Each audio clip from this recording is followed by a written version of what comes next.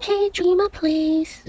Hi guys, welcome back to my channel. Today we'll be looking at the June developers notes, and basically in this developers note, Dev Kagura is going to outline all the June updates for us, so we're going to take a look at that very soon. But first we're going to talk about Hero Sanctum, because Dev Kagura asked, how are you liking Hero Sanctum that was added last month? Yeah, it sounds like a really long time ago, but it was only 2 weeks, and we have heard many opinions such as it is difficult to invest in this moment, expecting additional sanctums, etc. We are constantly collecting your opinions and thinking about how to improve them.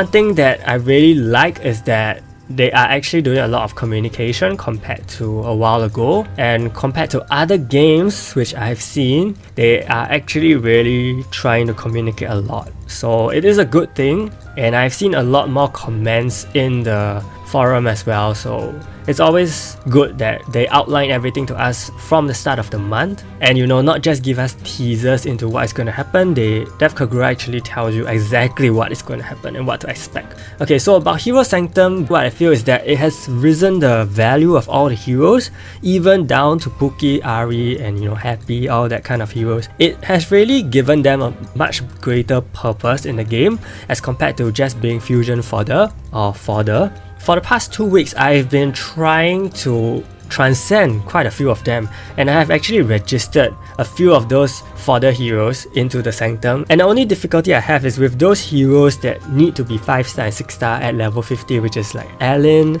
Bane, Cleo, Lania. Those are the ones that I have difficulty in getting and upgrading them, because the rest can easily be gotten through fodder, and I've been farming in very weird maps like 3, 5, and 6. Okay, those are not weird, but they're just out of my usual habit. Yeah, so I've been exploring all these different maps and getting a lot of fodder from them, and I have clogged up quite a bit of my inventory just because I'm trying to transcend these fodder to level 50.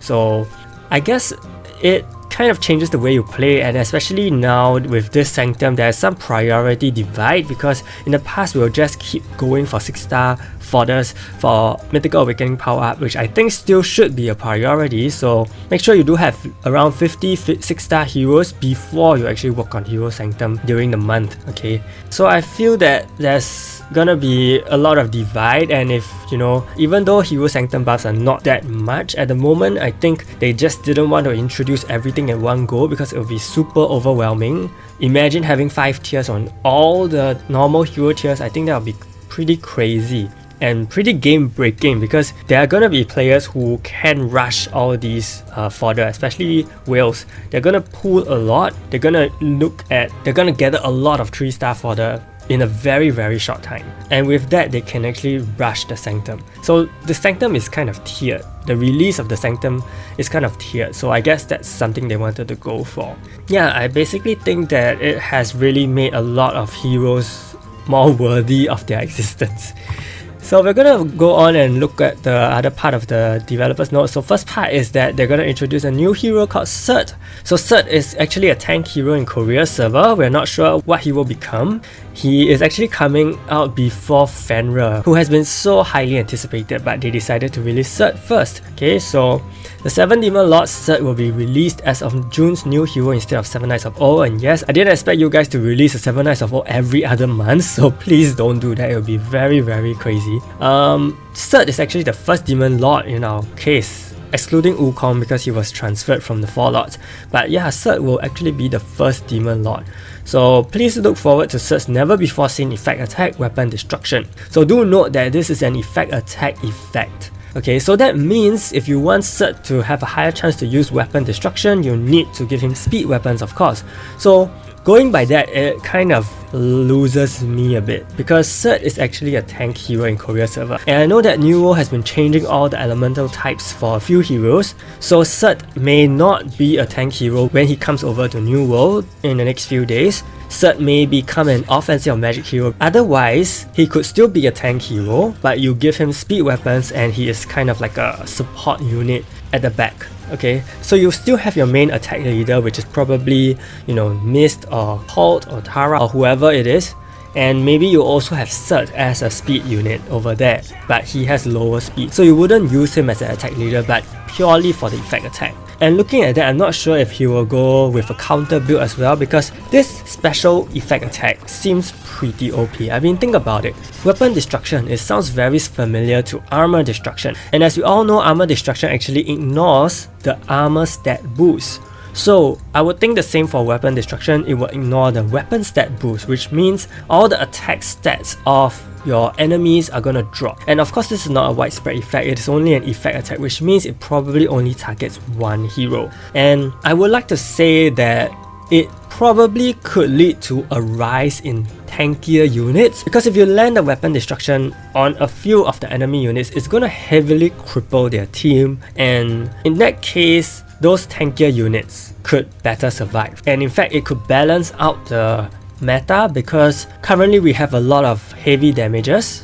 We have Amelia, we have Mist, we have Colt. All these are very heavy damaging units. And as you see, Guardian Ring is coming back because of this heavy damages. Weapon destruction could actually help to balance that out, but it's only on an effect attack, so it's not too broken. And another thing I would say for weapon destruction coming in at this point is because they also want to boost the capabilities of the new Berserker Ring. The Berserker Ring is something that is pretty game changing right now, because it actually increases your attack stat, your hero's attack stat, the lower the life they have. However, because with this weapon destruction coming in, we're not sure if other heroes are gonna get it in future, but with weapon destruction now negating actual item stats, the Berserker Ring has a more important role to play, because it is now the one that is driving the attack power of a hero. I think that is something they're trying to do here, trying to push the emphasis for Berserker Rings. That's just my speculation for what weapon destruction could do. It sounds like that's the thing. And also there's a special dungeon for Surtr where we can get giant horn shards to use as synthesis material. So what do these giant horn shards do? Basically, here you can create accessories and rare subset stones with the giant horn shard acquired from Surtr's special dungeon, and there's also a new synthesis to turn Galidus Isabella accessory into celestial accessories, and a new synthesis formula to trade celestial accessories with an option you want. So it's a selector basically if you use 3 other celestial accessories. So this is a pretty hefty cost, but it has been going on for some time, this kind of formula. So it's good that there is more synthesis for sure, because celestial accessories are pretty hard to get. Especially now, you can only get them from Heavenly Stairs. If you complete 3 weeks of the Heavenly Stairs, just for the first 5 floors, you can get 3 celestial accessories, and hopefully, you can trade them in for something else. The only problem I have with this is that this giant horn shard, it is very likely gonna be RNG drops again, like how our Miller dungeon function. So I'm not too convinced by this. Yes, we can make rare substat stones, which is good. I think rare substat stones give about 30% chance to boost the substat, and even though that is very good, but if the chance of us getting the giant horn shard is gonna be low again, then I don't think this will excite anybody. So we'll just wait and see how this goes. And then we also have hero remakes and castle rush auto clear. Like finally, I can't even stress enough. Shane and Ariel will be remade to play a remarkable part in PvE, and notice this is underlined. This is underlined like this, okay? And Shane and Ariel are actually used in Castle Rush. Ariel is a Castle Rush specialist, so she's getting remade again. This is the second time Ariel is being remade in a matter of just, I don't know, 3-4 months? Yeah. So Castle Rush auto-clear requirements will be made easier, thank goodness. Please auto-clear Nightmare difficulty easily with these changes. Like finally, I'm more willing to do this now. Okay, I'm more willing to play Castle Rush now because of the auto-clear. Previously, I really didn't bother. I think with auto-clear changes, it is gonna make it a lot more accessible. Shane being remade is very questionable, honestly, because Shane is being used in so many situations. So there are 2 kind of remakes which I think Shane could end up. One is that she'll be buffed, she will be given more attack power, which means she could do a lot more damage, making her a better DPS comparable to Valika, but I think they still work on very different ways. So I don't think that, with Valika it means Shane is useless, and hopefully it doesn't mean that now with Shane being buffed, Valika will be useless, because they definitely have 2 different roles and they definitely function very differently. The way I see Shane being changed is that I think she could become an AoE DPS, which is something that is extremely lacking in PvE right now. So if you guys have been looking over to Heavenly Stairs, you will see that Milia is being used as the Heavenly Stairs DPS. Now obviously when this situation happens, no way will newer players be able to even compete in the top 10, okay?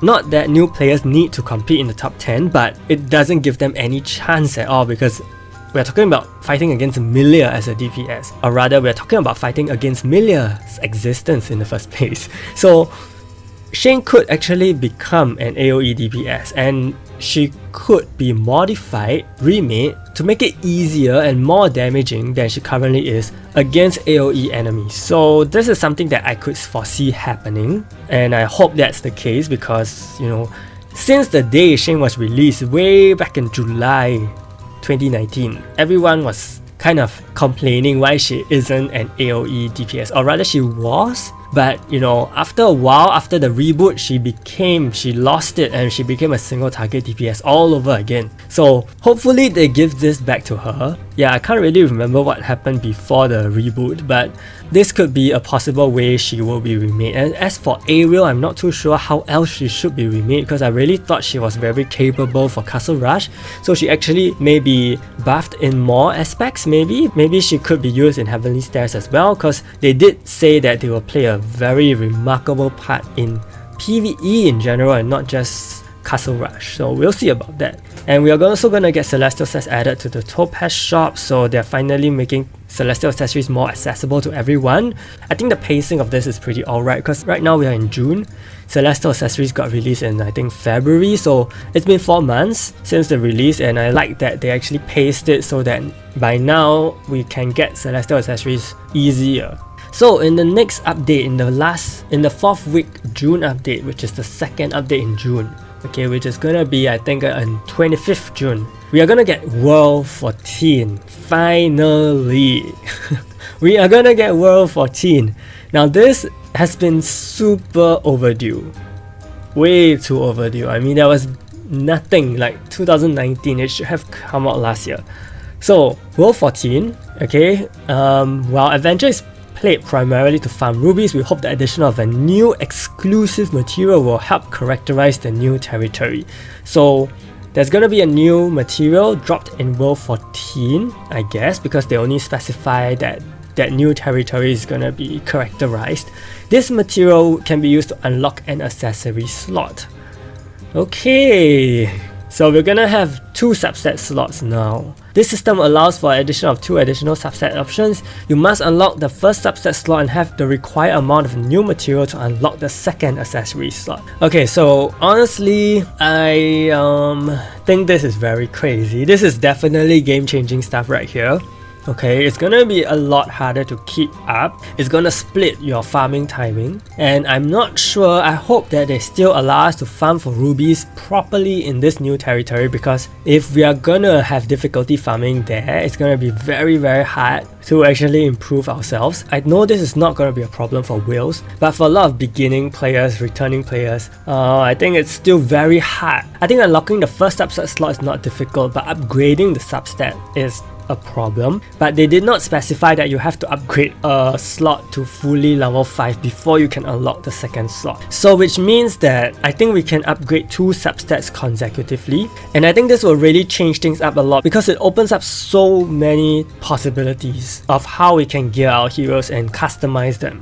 So it's honestly very hard to comment much at this point, but we'll look forward to it. Hopefully we can see how things go, because now imagine for Shane, you can actually boost lethal rate and also use the Celestial accessory option on one accessory. That is so much more efficient. That's actually a lot better. Yep, and I really would love to see that. And Dev Kagura goes on to say, we have received a lot of sincere advice from the Knights that the newly released growth systems are encouraging to pay. Encouraging to pay? I hope he meant encouraging to play, but then again that doesn't make sense because it wasn't encouraging to play, so encouraging to pay, okay. You mean, this feels like a Freudian slip. Hearing the stress it has caused, we will ensure that there won't be any cause to worry about it in the new early phases of release content in the near future. Okay, so they are saying that newly released content will not be too pay to win, maybe? Well, hopefully that's the case. I mean, that's always a good thing, so I don't have much to say, that's always a good thing. And lastly, we have a new exclusive hero event. While we have held a variety of events, the rewards were either simple currencies or easily obtainable through other methods. These rewards were not enough to inspire. As collecting heroes is the biggest draw of a hero collector RPG, yes it is, a new exclusive hero that you can't get anywhere else will be added for a limited time. Limited time, okay? So we are considering providing this new hero through quests in a new pointer star, so please look forward to it. This exclusive event won't be around for long, so make sure to focus on it during the event period. This is our first time attending this sort of event in 7 Nights New World. We will continue to put our best effort in creating more engaging events. Well, I can't say much because it is new, okay, but if you're gonna make this so hard to get, then I think it defeats the purpose of having hero collection through an exclusive event if it's so hard to get. So I think it should really be made accessible to players of all tiers. Hopefully Death Kagura hears this. Or rather, you could create 3 different difficulties of the event, so newer players who can only fight the easy difficulty can still play and attain whatever, you know, currencies or rewards or clear stuff, and it will just probably take a little longer than players who can fight the hardest difficulty, kind of something like that. I think that is still pretty fun.